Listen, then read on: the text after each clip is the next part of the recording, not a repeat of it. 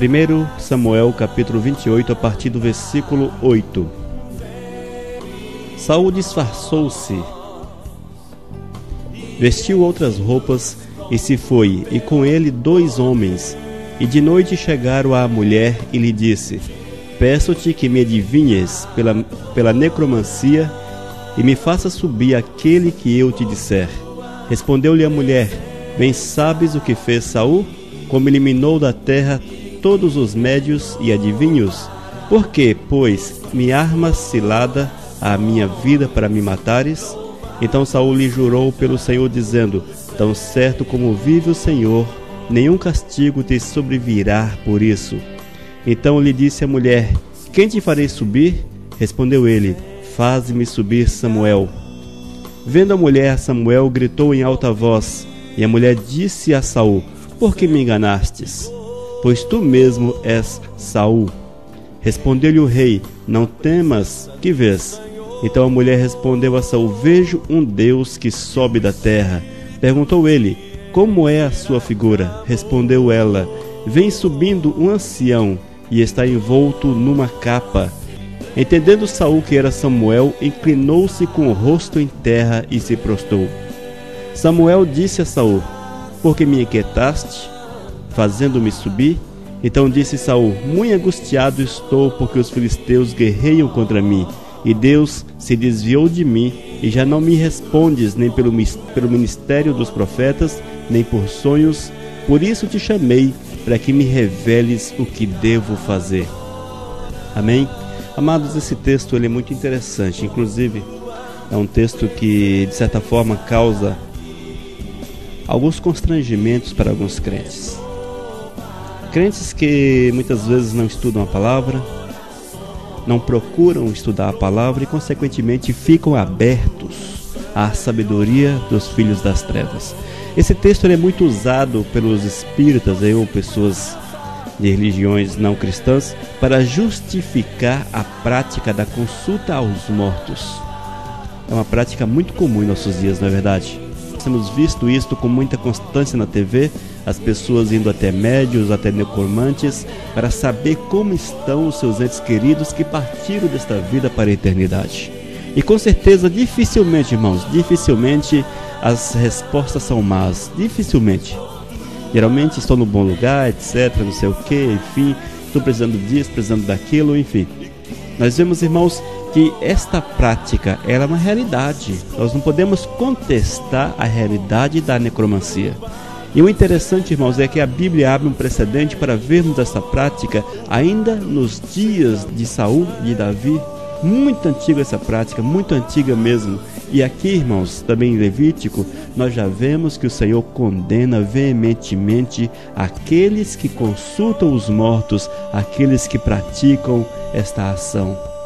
Mas, amados, por que há essa dificuldade em nossos dias em apresentarmos esta realidade para as pessoas que chegam até nós querendo justificar o seu culto aos mortos ou até mesmo a sua consulta àqueles que foram para a eternidade? Por que isto?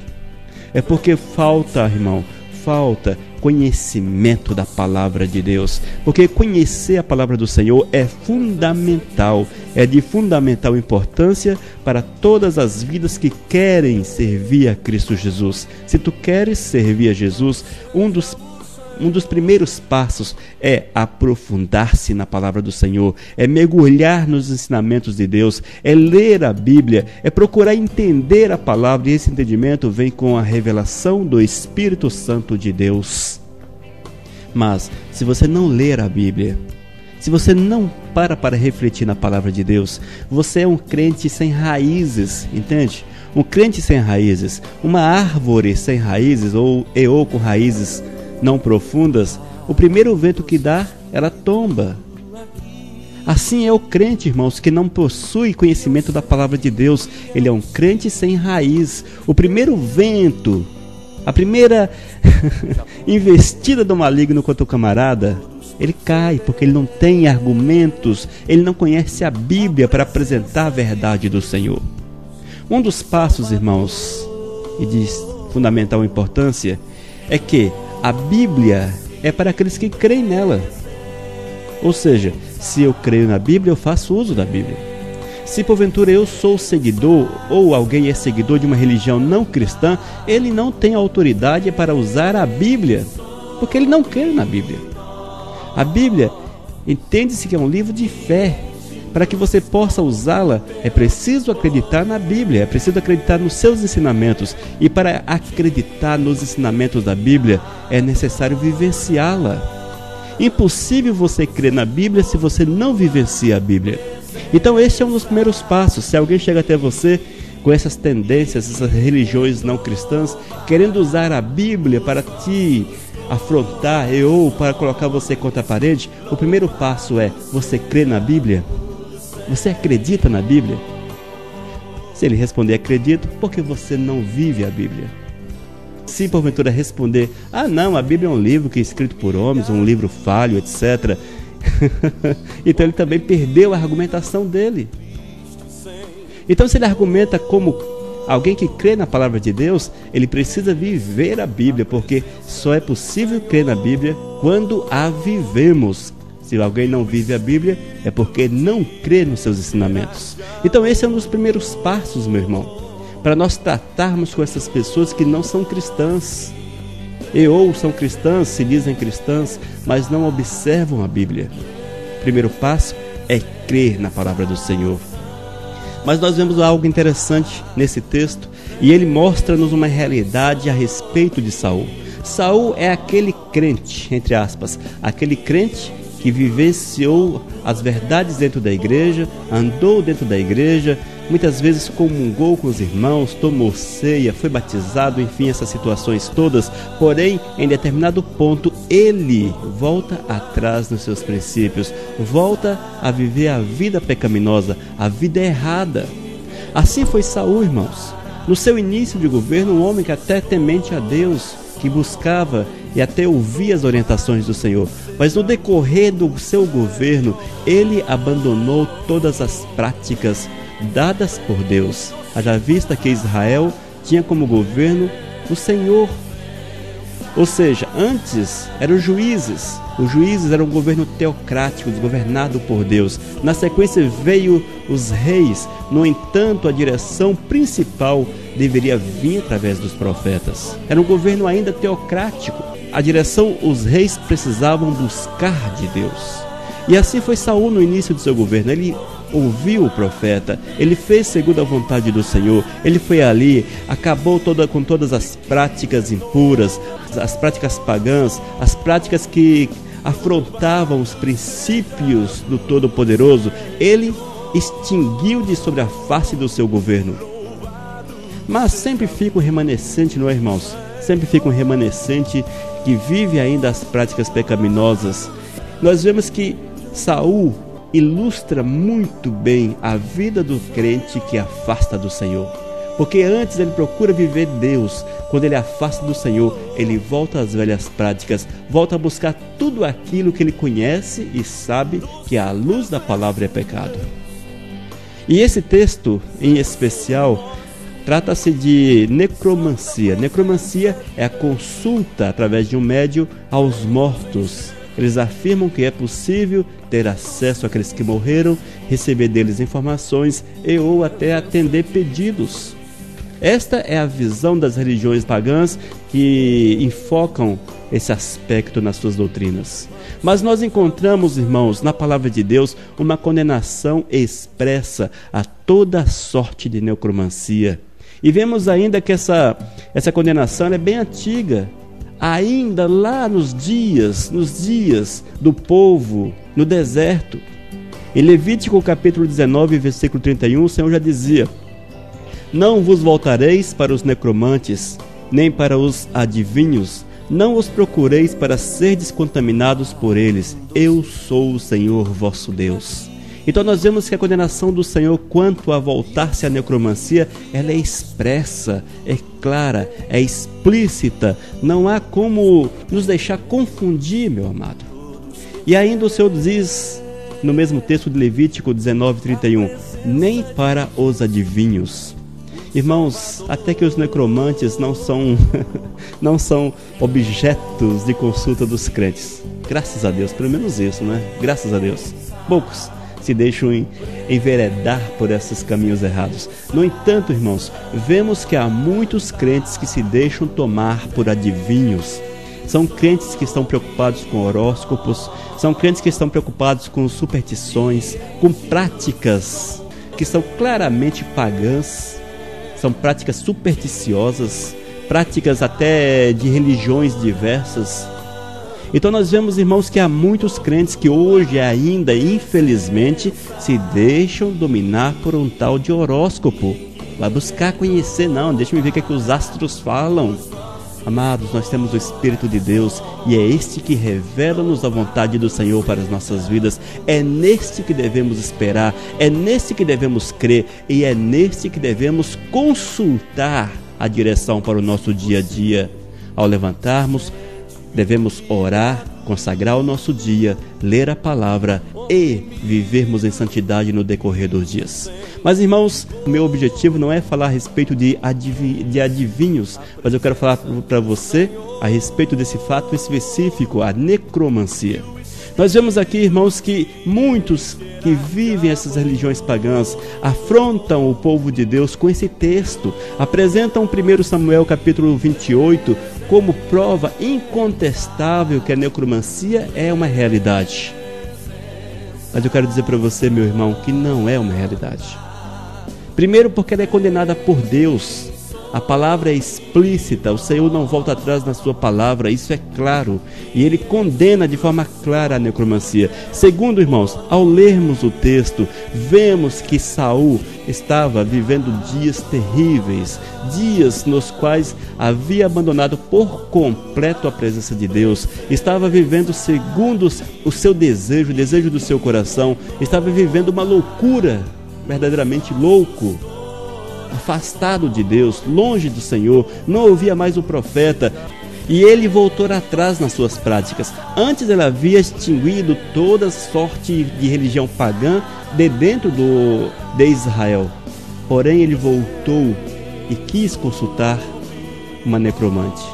E quando ele chegou até essa necromante, ele conseguiu realmente alcançar aquilo que ele queria. Ele foi atendido, ele recebeu uma resposta às suas inquietações, mas vemos que foi uma resposta que não frutificou. Mas o que aconteceu, Elisa Oliveira? Realmente Samuel levantou-se da tumba, ele realmente falou, ele realmente aconselhou através daquela adivinha, daquela necromante, ele aconselhou Saul? Realmente é possível chegarmos até uma necromante e buscarmos a orientação daqueles que já foram para as nossas vidas? Não, não é, amado. Não é, meu irmão.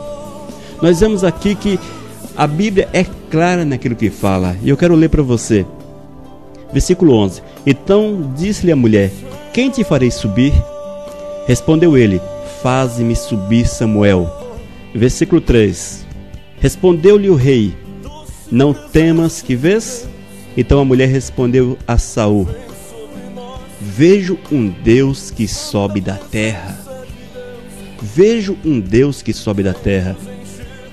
Saul perguntou: como é a sua figura?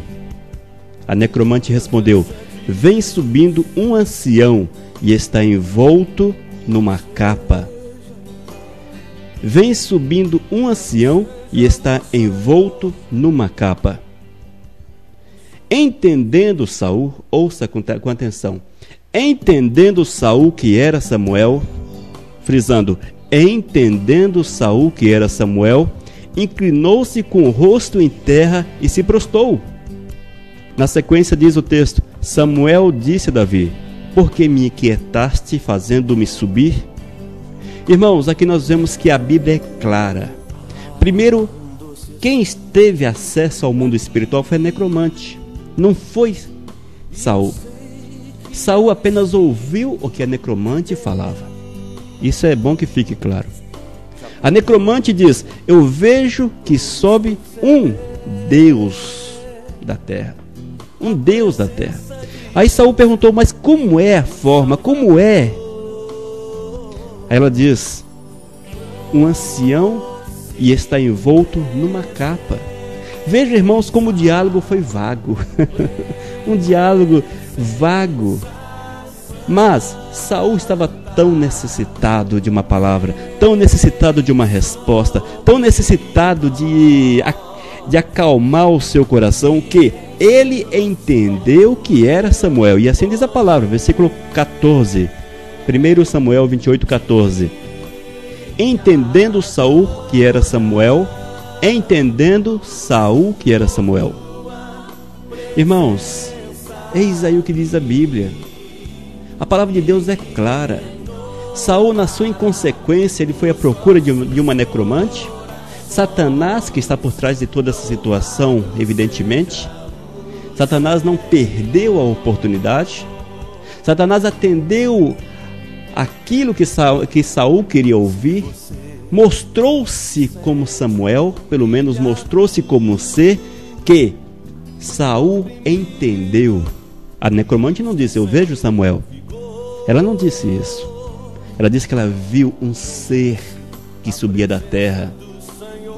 Mas, amados, quando o homem está necessitado, quando o homem quer alguma coisa, quando o homem está obcecado por alguma coisa, ele procura entender, ele vê aquilo que quer. E foi exatamente isso que Saul fez. Ele viu nessa resposta da necromante, ele conseguiu ver Samuel. Mas, no entanto, irmãos, sabemos que não era Samuel, porque era um espírito enganador, um espírito das trevas, um demônio que mostrou-se àquela mulher em visão. E ela passou, e Saul entendeu que era Samuel, ouviu aquela palavra, assimilou aquela palavra, e sabemos quais foram os frutos. Amados, a Bíblia também é clara a respeito da situação dos mortos. A Bíblia é clara. Nós vemos isso em Lucas capítulo 16, versículo 20 a 31. Eu quero que você abra a tua Bíblia. Lucas capítulo 16, versículos do 20 ao 31. Deixe-me ler para você. Havia também certo mendigo, chamado Lázaro, coberto de chagas, que jazia à porta daqueles e desejavam alimentar-se das migalhas que caíam da mesa do rico. E até os cães vinham lamber-lhes as úlceras. Aconteceu morrer o mendigo e ser levado pelos anjos para o seio de Abraão. Morreu também o rico e foi sepultado. No inferno, estando em tormento, levantou os olhos e viu ao longe a Abraão e Lázaro no seu seio. Então, clamando, disse: Pai Abraão, tem misericórdia de mim, e manda a Lázaro que molhe em água a ponta do dedo e me refresque a língua, porque estou atormentado nesta chama. Disse, porém, Abraão: Filho, lembra-te de que recebestes os teus bens em tua vida, e Lázaro igualmente os males? Agora, porém, aqui ele está consolado, tu em tormentos. E além de tudo, está posto um grande abismo entre nós e vós, de sorte que os que querem passar daqui para vós outros não podem, nem os de lá passar para nós. Então replicou: Pai, eu te imploro que mandes à minha casa paterna, porque tenho 5 irmãos, para que lhes dê testemunho, a fim de não virem também para este lugar de tormento. Respondeu Abraão: Eles têm Moisés e os profetas, ouça-nos. Mas ele insistiu: Não, pai Abraão, se alguém dentre os mortos for ter com ele, arrepender-se-ão.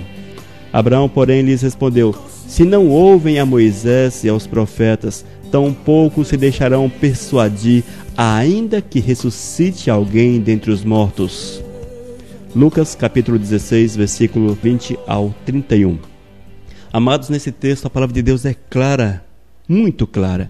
O Senhor diz que há um grande abismo entre o mundo espiritual e o mundo físico, entre a dimensão espiritual e a dimensão na qual estamos. Esse abismo ele impede que aqueles que lá estão tenham acesso ao nosso mundo e também nós tenhamos acesso ao mundo espiritual dos mortos.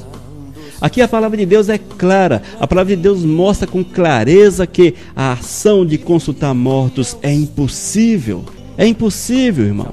Então, amados, vemos claramente que Saul foi usado pelo demônio, Saul foi usado pelo espírito maligno, Saul foi enganado literalmente e saiu ali crendo que tinha visto Samuel, que tinha recebido orientação de Samuel.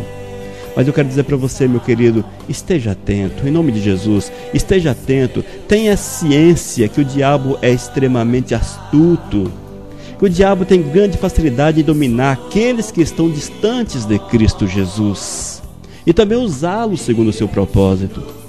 Nós vemos, irmãos, que dentro das religiões não cristãs há uma série de sacerdotes, uma série de pessoas que se dizem portadoras do mundo espiritual, mas nós sabemos que só há um portador entre Deus e os homens. Esse portador é Cristo Jesus, o único mediador, aquele que tem acesso, que pode trazer para nós, e também o edificador, que é o Espírito Santo de Deus, o Consolador. Eis aí a nossa ligação com Deus. Não há, irmãos, uma forma de acessarmos o mundo espiritual daqueles que estão mortos e termos acesso a eles. Meu amado, eu quero chamar a tua atenção para isto. Muitos estão sendo enganados pelo diabo.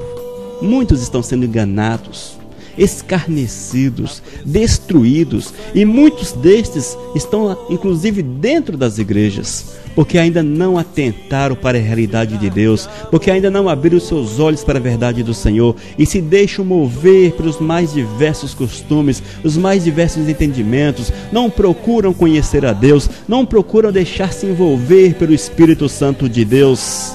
E a palavra de Deus é muito clara a respeito do nosso inimigo, a respeito do diabo. Ela afirma que o diabo tem poder para fazer descer fogo dos céus. Irmãos, é um poder muito intenso, muito intenso. Portanto, irmãos, imitar a voz daqueles que morreram, como é comum a pessoa imitar a voz, dá informações pessoais, informações secretas, que só muitas vezes só duas pessoas sabiam daquelas informações, e a pessoa vai na necromante e ela te fala, tipo uma senha. Como você fez uma senha com alguém que morreu, e a pessoa vai ali, e ali a necromante diz a senha. Entendeu?